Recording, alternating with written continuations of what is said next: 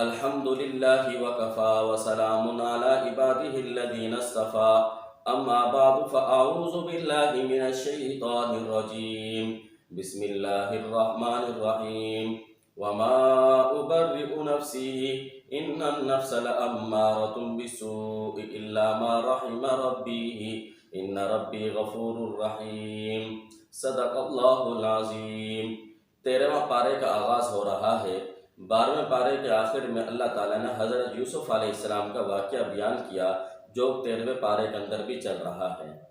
عورتوں کی جانب سے جب حضرت یوسف علیہ السلام کی بے گناہی ثابت ہو گئی تو ایسے موقع پر حضرت یوسف علیہ السلام نے تواضع اور عاجزی کا مظاہرہ کرتے ہوئے فرمایا، میں اپنے نفس کو گناہ سے بری نہیں قرار دیتا، اس لیے کہ نفس تو انسان کو گناہ کی طرف ابھارتا ہے۔ یہ تو میرے رب کا میرے اوپر مہربانی ہوئی، رب کا کرم ہوا، اللہ کی مہربانی سے میں نے گناہ سے اپنے آپ کو بچایا ہے۔ اگر اللہ کی مہربانی نہ ہوتی تو میں اپنے آپ کو گناہ سے نہ بچاتا۔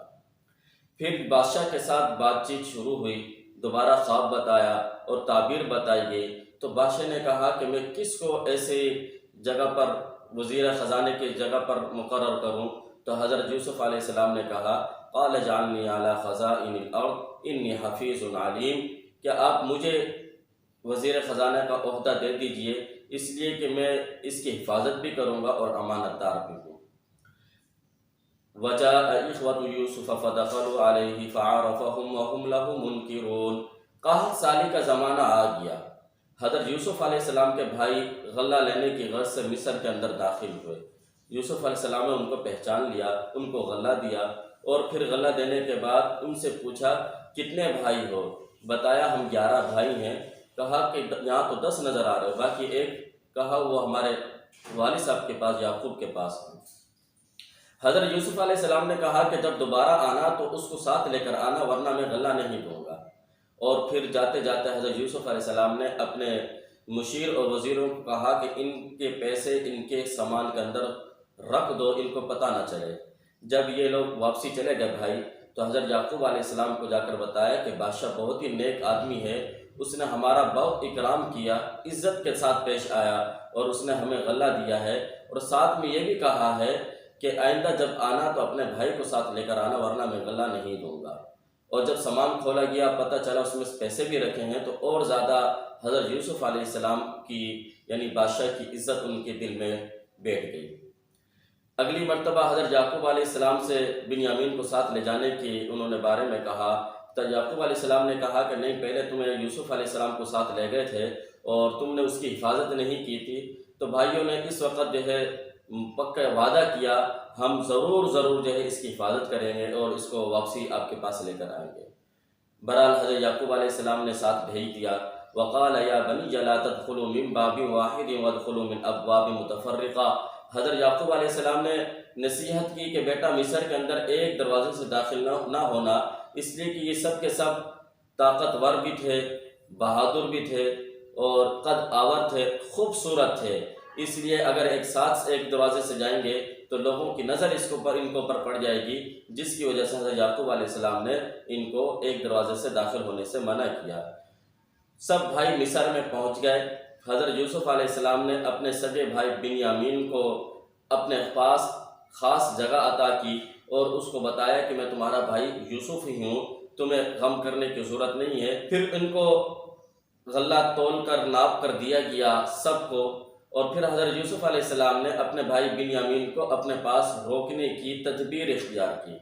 وہ طریقہ یہ اختیار کیا کہ جس برتن کے ذریعے سے غلے کو ناپا جا رہا تھا اس برتن کو حضرت بنیامین حضرت یوسف علیہ السلام کے بھائی کے سامان کے اندر رکھ دیا، کیونکہ اس زمانے کے اندر چور جو جس کے پاس سے چوری پکڑی جاتی اس کی سزا یہ ہوتی تھی کہ اس کو اپنے پاس قیدی بنا لیا جاتا تھا اور روک لیا جاتا تھا۔ چونکہ حضرت یوسف علیہ السلام اپنے بھائی کو اپنے پاس روکنا چاہتے تھے تو انہوں نے یہ تدبیر اختیار کی۔ جب سارے بھائی جانے لگے تو پیچھے سے ایک آواز لگانے والے نے آواز لگائی ہمارا برتن غائب ہو چکا ہے، تم میں سے کس نے چوری کیا ہے؟ سب بھائیوں نے کہا ہم چور نہیں ہیں، ہمارے اوپر اس طرح الزام مت لگاؤ۔ تو اس بندے نے پوچھا اگر تمہارے پاس سے چوری پکڑی جائے تو اس کی سزا کیا ہے؟ تو انہوں نے خود کہا کہ اس کی سزا یہ ہے کہ اس بندے کو روک لیا جائے۔ سارے بھائیوں کی تلاشی لی گئی، آخر میں بنیامین کی جب تلاشی لی گئی اس کے سامان میں سے برتن نکلا تو اس کو روک لیا گیا۔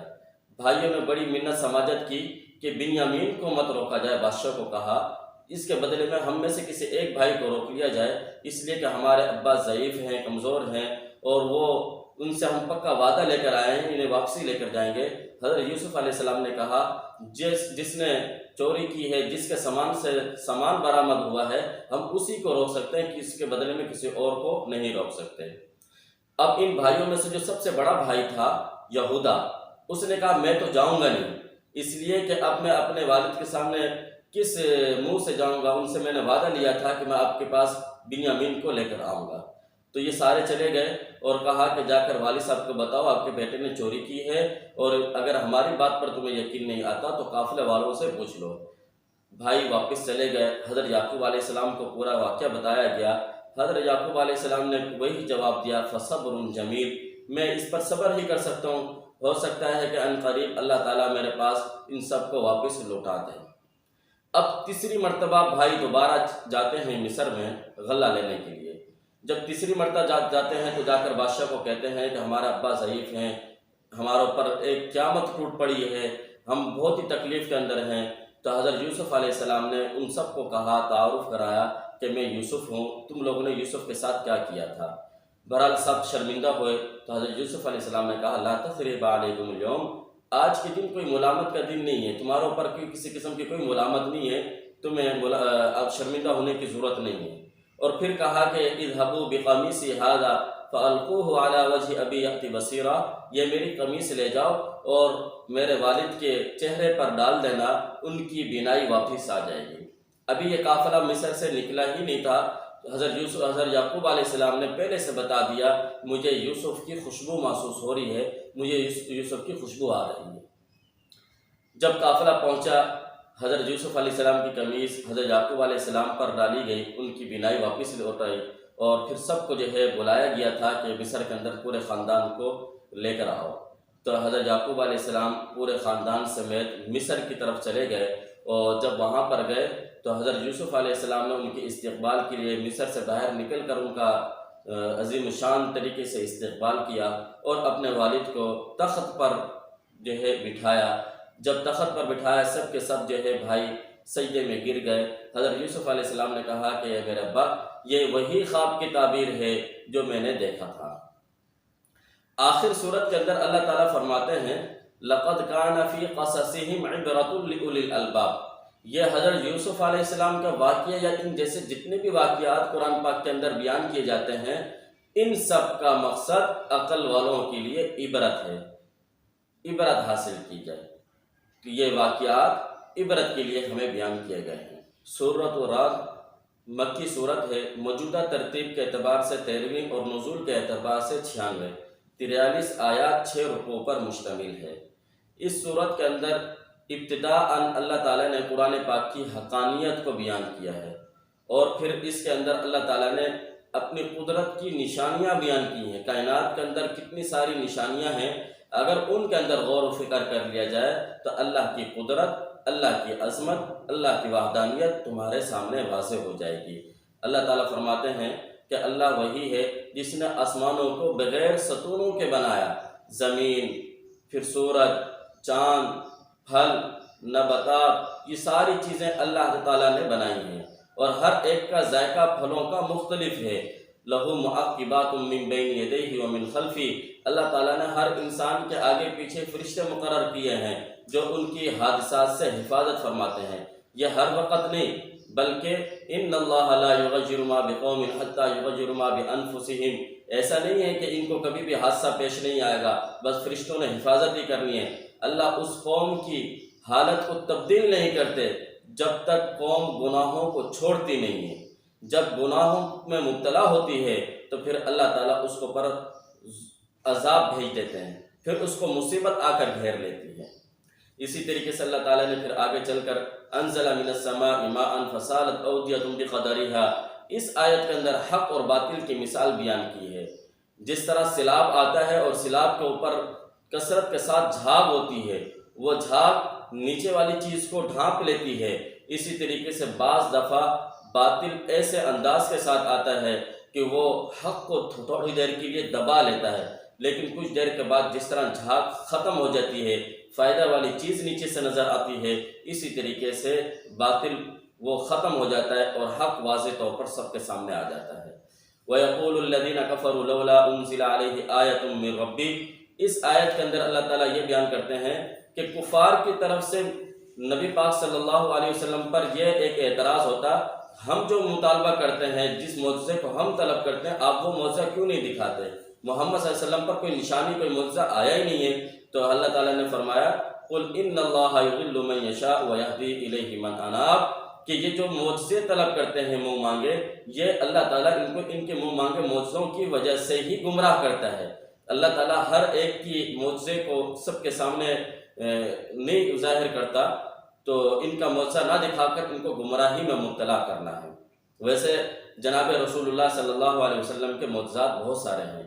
وَيَقُولُ الَّذِينَ كَفَرُوا لَسْتَ مُرْسَلًا، مشرکین مکہ اور کفار حضور صلی اللہ علیہ وسلم کو کہتے تھے کہ آپ رسول نہیں ہیں، آپ کو غم ہوتا تھا، تو اللہ تعالیٰ نے اس آیت کے اندر آپ کو تسلی دی، آپ کو غم کرنے کی ضرورت نہیں ہے، اس لیے کہ اللہ گواہ ہے، اللہ آپ کے رسول ہونے کی گواہی دیتا ہے، اور علماء بھی آپ کے رسول ہونے کی گواہی دیتے ہیں۔ سورۃ ابراہیم مکی سورت، موجودہ ترتیب کے اعتبار سے 14ویں اور نزول کے اعتبار سے 52 آیات 7 رکوع پر مشتمل ہے۔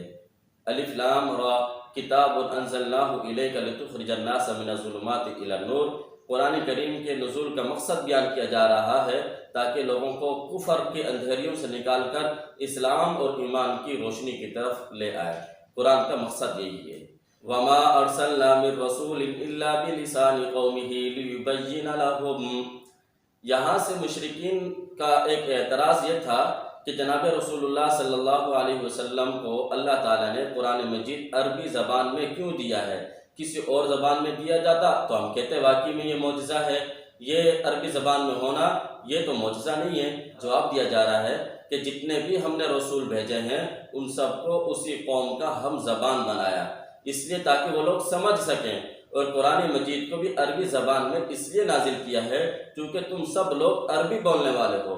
اگر کسی اور زبان میں اتارا جاتا تو پھر کس طریقے سے تم قرآن پاک کو سمجھتے اور اس پر عمل کرتے؟ أَلَمْ تَرَ كَيْفَ ضَرَبَ اللَّهُ مَثَلًا كَلِمَةً طَيِّبَةً كَشَجَرَةٍ طَيِّبَةٍ أَصْلُهَا، یہاں سے اللہ تعالیٰ کلمہ طیبہ اور کلمہ خبیثہ کی مثال بیان کر رہے ہیں۔